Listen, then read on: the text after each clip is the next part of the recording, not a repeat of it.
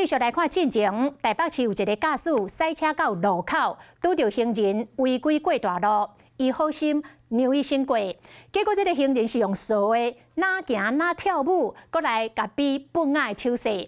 这个驾驶是气噗噗，但是台北市松山警察分局所讲无法可发，因为讲解监视器袂当用来检举，这嘛引发着网友的反弹。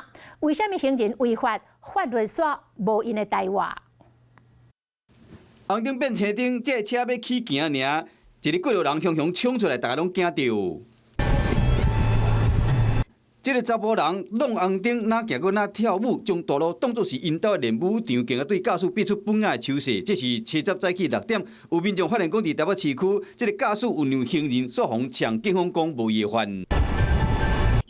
依照道路交通管理处罚条例，行人弄红灯会使罚500块，比出本爱手势，竟违反公然侮辱罪，会使处拘役，也是9000块的罚金。点过依照台北市警察局聋哑监视系统自治条例无符合条件，也就是讲实务上袂当甲开单。但这样的规定应该有所修正变通，不能当作举发交通违规的依据，应该是说不能用监视器拍摄的内容跟画面来举发违规。但并非不能查证违规行为人或违规车辆的真实身份。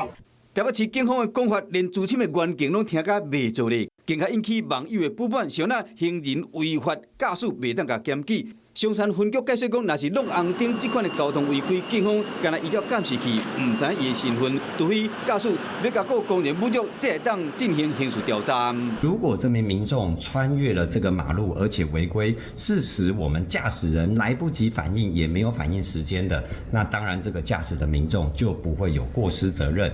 今年8月，有一个有心的负责人要过车路，险险好车弄到，伊申请公家监视器来检举，嘛互警方拒绝。明明有录到，因为法规问题，煞袂当检举，也要怎符合民众的期待？